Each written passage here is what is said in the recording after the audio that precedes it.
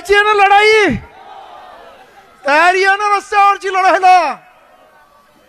या भारतामध्ये एकच कायदा चालतो, तो म्हणजे जिसके हात में दंडी उसकी महस।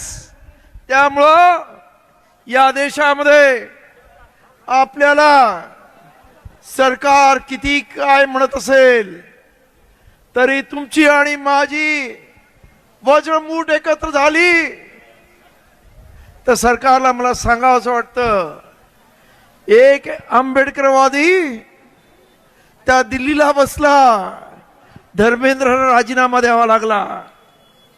इथे तर बाबासाहेबांचा नातू आहे, काय होणार देवेंद्र तुझं? त्यामुळं उगाचच आमच्या भानगडीत पडायचं नाही, स्पष्ट सांगतो।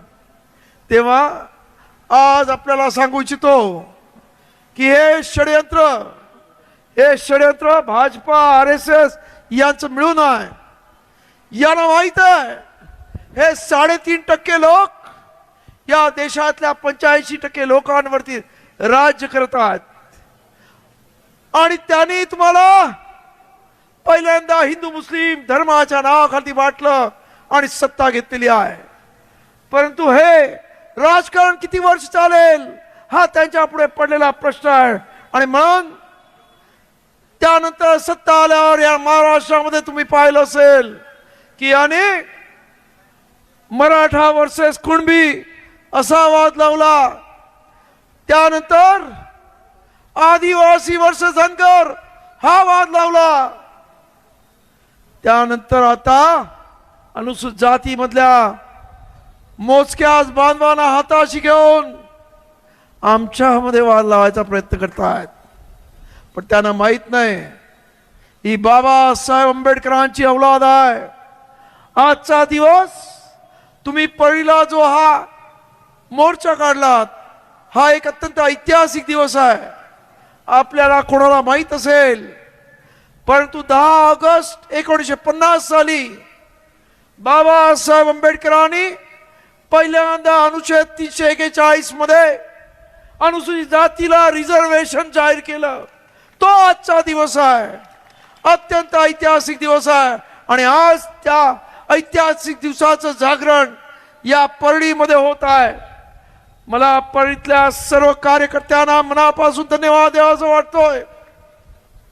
अत्यंत शिस्तबद्ध मोर्चा आणि अत्यंत शिस्तबद्ध स्टेज, अत्यंत मी तुमचं मनपूर्वक रोहिदास बनसोडेंनी मला आश्वासन दिलं होतं की साहेब आमचा मोर्चा जगानिराळा। खरंच परळीमध्ये तुम्ही आज हा एक आदर्श घालून दिलेला आहे।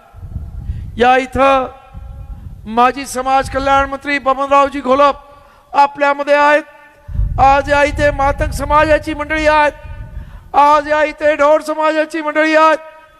या आज सर्व 59 जाती आज एकत्र आलेल्या आहेत आणि सरकारनं जे आमच्या मध्ये वाद लावण्याचा घाट घातलाय त्यांना स्मशान घाटावर पोचवायला ही सर्व मंडळी तयार आहेत, हे मी या सरकारला सांगू इच्छितो।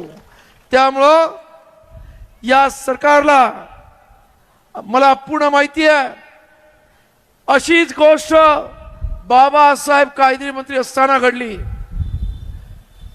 1951 ला मद्रास सरकार, त्यावेळेस मद्रास स्टेट होतं आणि मद्रास सरकारने त्यांच्या राज्यामध्ये अनुसूचित जातींना शिक्षणामध्ये सवलती दिल्या आणि ते प्रकरण सुप्रीम कोर्टात आलं। सुप्रीम कोर्टाने आदेश दिला की अनुसूचित जातींना शिक्षणामध्ये सवलती मिळणार नाहीत आणि मग या देशातली पहिली घटना दुरुस्ती झाली जी बाबासाहेबांनी केली। अनुच्छेद 15(4) मध्ये बाबासाहेबांनी अनुसूचित जातीला शिक्षणामध्ये सुद्धा सवलती दिल्या जातील ही घटना दुरुस्ती संसदेमध्ये करून आणली। तेव्हा बाबासाहेबांना काही लोकांनी विचारलं की बाबासाहेब तुम्ही घटनेचं हे मंदिर बांधलात आणि त्याची मोडतोड तुम्ही का करताय? तेव्हा बाबासाहेबांनी उत्तर दिलं, मी मंदिर बांधलं, पण त्या मंदिरात पुजाऱ्यानेच घाण केली आहे, ती मलाच घाण साफ करावी लागेल. आणि आज सुद्धा या सुप्रीम कोर्टाने उपवर्गीकरणाचा हा आदेश देऊन घाण केलेली आहे. आणि आता या अनुसूचित जातीच्या सर्व जातींना, आंबेडकरवाद्यांना ही घाण आता साफ करावी लागेल, हे आपण लक्षात घ्या. आणि त्यासाठीच आज महाराष्ट्रामध्ये जिल्ह्यामध्ये प्रचंड मोर्चे निघतात.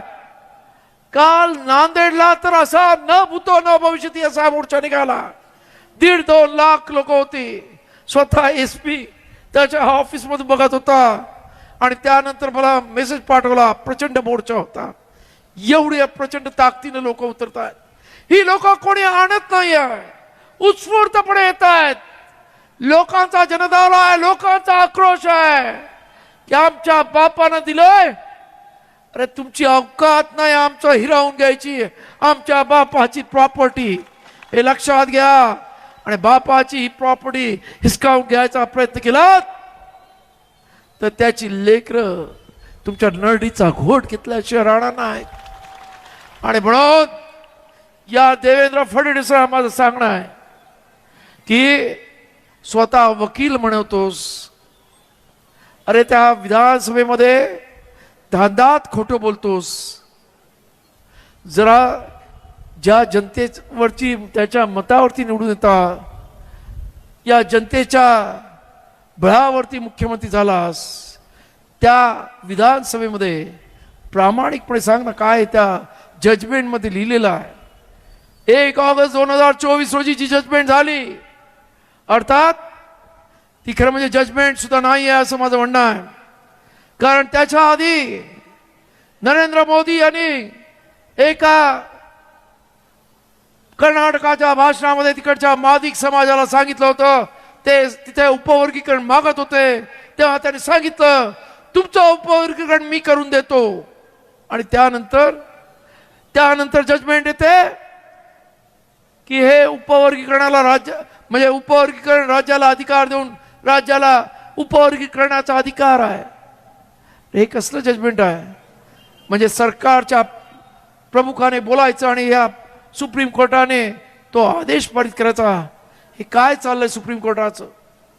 खरं म्हणजे 2004 मध्येच EV चेन्नैया वर्सेस आंध्र प्रदेश अशी सुप्रीम कोर्टामध्ये 5 जजेसच्या समोर अशाच पद्धतीचं उपवर्गीकरणाचं मागणी झाली होती. आणि तेव्हा सुप्रीम कोर्टाने सांगितलं की त्या 5 जजेसने एकमताने सांगितलं की हे SC मधले लोक हे एकसंघ आहेत. इंग्रजीमध्ये त्यांनी शब्द वापरला होमोजिनस आहेत. आणि त्यामुळे अशा पद्धतीचं होमोजिनस असल्यामुळे त्यांच्यामध्ये उपवर्गीकरण करता येणार नाही.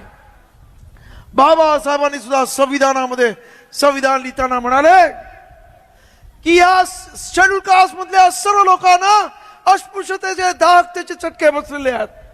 त्यांना झालेला सामाजिक बहिष्कार, त्यांना झालेला त्रास हा सारखा आहे आणि त्यामुळे ते एकसंघ आहेत.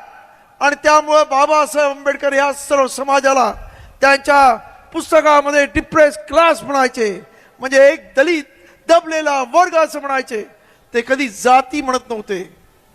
परंतु जेव्हा संविधान लिहायचं झालं तेव्हा जातीनिहाय जेव्हा निवाडा करायचा झाला त्यामुळंच बाबासाहेबांनी या संपूर्ण समूहाला अनुसूचित जाती म्हणजे शेड्यूल कास्ट असं नाव दिलं. आणि हे शेड्यूल कास्ट नाव दिलं, परंतु बाबासाहेबांच्या लिखाणामध्ये असं म्हणणं आहे की हे शेड्यूल कास्ट हा एक क्लास आहे. यांच्या सर्वांचे प्रश्न सारखे आहेत. फक्त यांच्यामध्ये चर्मकार, ढोर, इतर मातंग आणि ही सर्व जी काही जाती आपण म्हणतो ते सर्व एक वर्ग असला तरी त्यांची कामं वेगळी आहेत आणि कामानुसार त्यांची नावं पडलेली आहेत. जो काही चप्पल बूट शिवण्याचं काम करतो तो चर्मकार, जो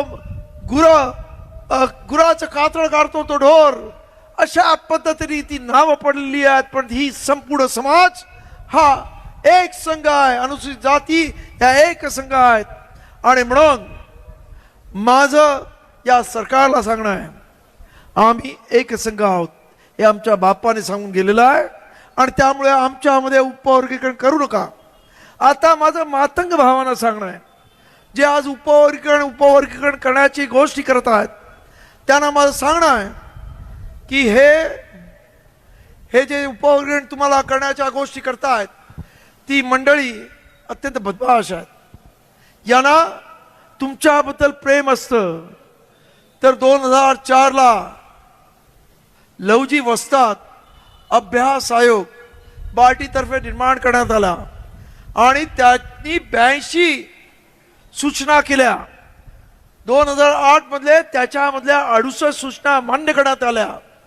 त्याच्यामध्ये आमच्या मातंग भावांना गायरान जमिनी द्या, घरकुलं द्या, त्यांच्या मुलांसाठी वेगळी हॉस्टेल द्या, अनेक सूचना करण्यात आल्या.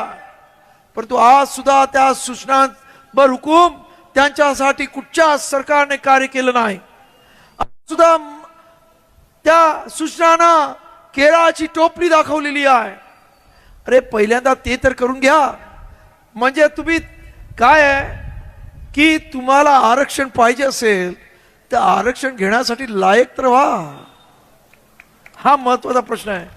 उद्या तुम्हाला दिलं, तुम्ही म्हणता तसं 8% आरक्षण जरी दिलं आणि उद्या नोकरीमध्ये डॉक्टर पाहिजे, इंजिनियर पाहिजे, प्रोफेसर पाहिजे म्हणून तिथे तुमच्या आरक्षणामध्ये ॲडव्हर्टाईज निघाल्या तर कोण भेटणार आहे? कारण तुमच्यामध्ये शिक्षण कुठे आहे?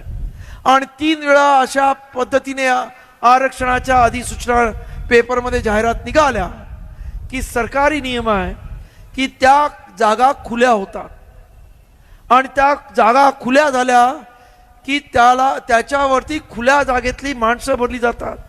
मग सरकारचं धोरण असं आहे की यांना जास्तीच्या जागा द्यायच्या, ते आरक्षण भरलं जाणार नाही, मग खुल्या प्रवर्गामधली माणसं यांच्या जागा घेतील आणि जे खऱ्या अर्थानं अनुसूचित जातीमधली मंडळी आहेत त्यांना हे आरक्षणातून वगळून टाकायचं. अशा पद्धतीचा हा कपटकारस्थानी डाव या सरकारचा आहे आणि तो आपल्याला उधळायचा आहे.